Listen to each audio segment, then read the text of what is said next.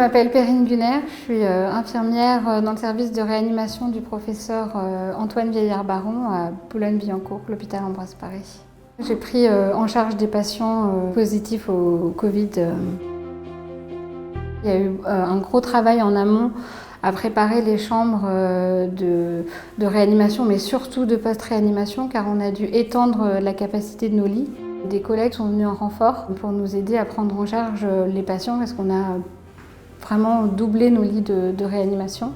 Toutes les réanimations ont augmenté leurs lits, donc il y a eu beaucoup besoin de matériel. Il fallait penser, si on était en rupture de stock de tel matériel, d'essayer d'avoir un autre en support. Il y a eu un gros travail de fait par nos logisticiennes, nos cadres et les médecins pour avoir le matériel nécessaire. Une fois que les patients sont arrivés dans le service, il y a eu la prise en charge.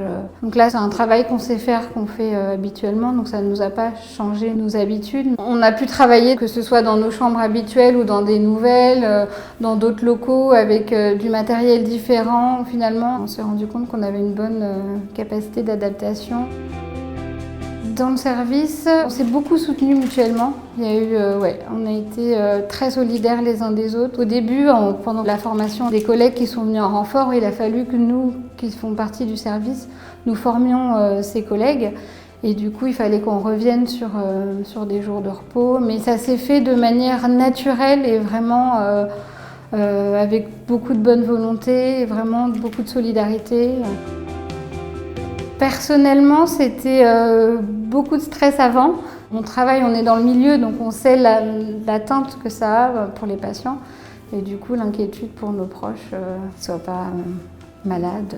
Comment on se sent face à un virus inconnu? Je dirais qu'on se sent démuni. Et c'est la peur de l'inconnu. Comment on va les soigner? Est-ce qu'il y a besoin de nouvelles techniques? Est-ce que les traitements seront suffisants, pas suffisants? Comment les protéger? Nous protéger, protéger les familles? On travaillait un peu au jour le jour avec les informations qu'on avait et on réévaluait tous les jours notre prise en charge en fonction de ce qui était découvert. Et des études faites. On était très nombreux, on a eu beaucoup d'aide, on a revu d'anciens collègues qui sont venus en renfort. Donc il y a eu un côté un peu de retrouvailles avec les anciens.